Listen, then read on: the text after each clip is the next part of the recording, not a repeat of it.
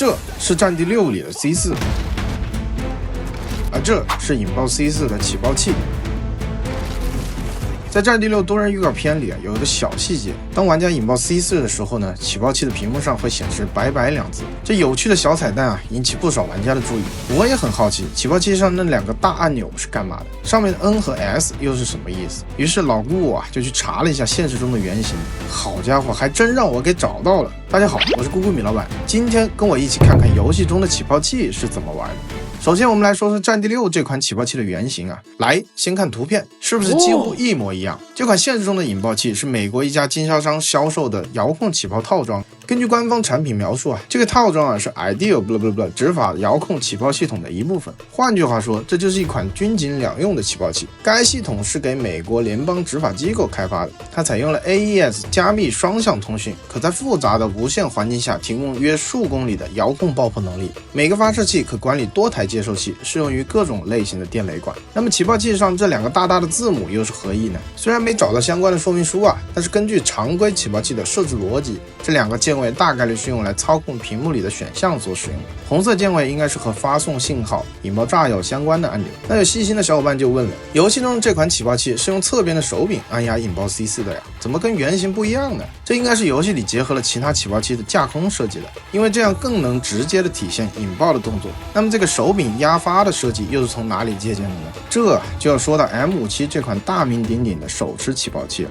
通常我们能够在各式各样的现代战争题材游戏中看到这款起爆器，它非常的小巧，外形和握力器很像。握力器。M57 是一款经典的手持式脉冲发电起爆器，因为它按下去会发出清脆的咔嗒声，所以老美的大兵们亲切地称它为 Clark。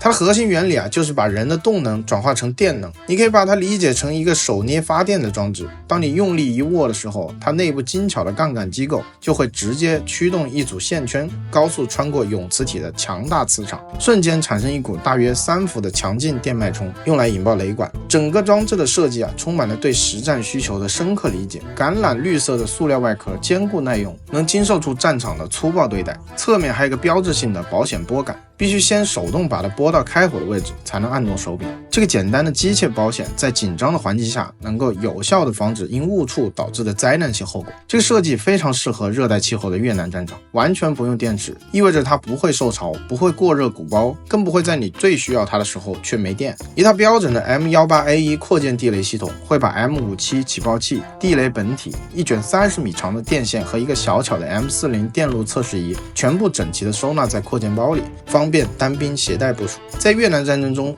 M57 和它的黄金搭档扩建地雷成了美军防御和伏击的最佳组合。士兵们可以拉着几十米的导线躲在安全的掩体里，当敌人进入伏击圈时，对着咔嗒器猛按几下，以确保产生足够的电流，从而引爆雷管。那场面，700颗钢珠组成的死亡扇面瞬间就能让一片会说话的树直接闭嘴。正因为其无与伦比的可靠性和标志性的外观，在战地越南和战地3、根号16等战地系列游戏中，我们都能看到它身影，可以说是现代起爆器中不朽的传奇了。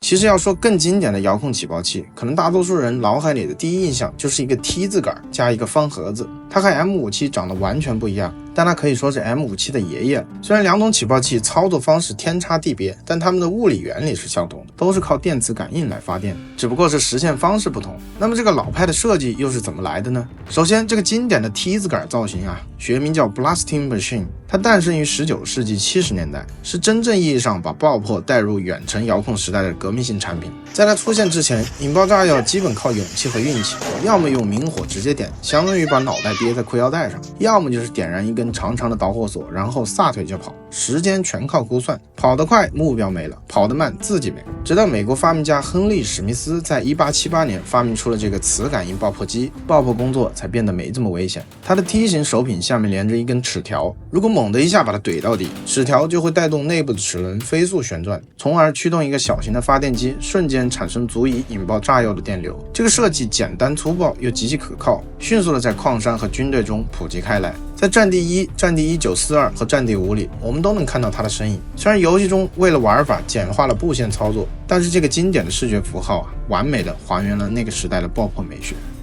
那既然聊到这个话题还有一个最终极的起爆器，必须跟大伙聊聊。大家猜猜看是什么？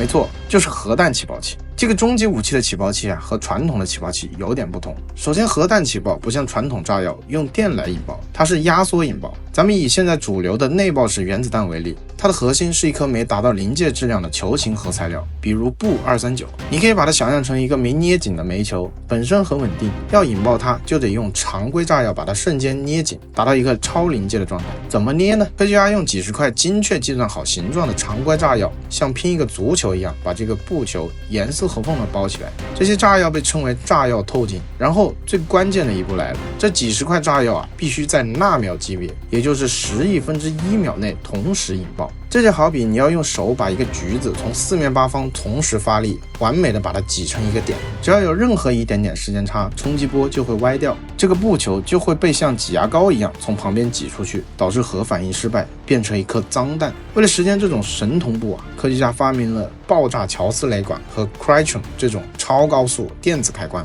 确保所有的炸药收到起爆信号一致，而它们的延迟误差可能比你眨眼还快几百万倍。所以说，核弹的引爆绝对称得上是一种极致的爆炸艺术。虽然聊了这么多经典的起爆器，但要说最有特色，我最喜欢的还得是战术小队的老乡起爆器。手机铃声一响，双亲直接白眼。好了，今天就先聊到这里。你觉得战力6起爆器的那2个按钮是什么作用呢？欢迎大家分享在评论区。如果觉得还有点意思，请点赞、转发、订阅支持一下。我是咕咕米老板，我们下期再见。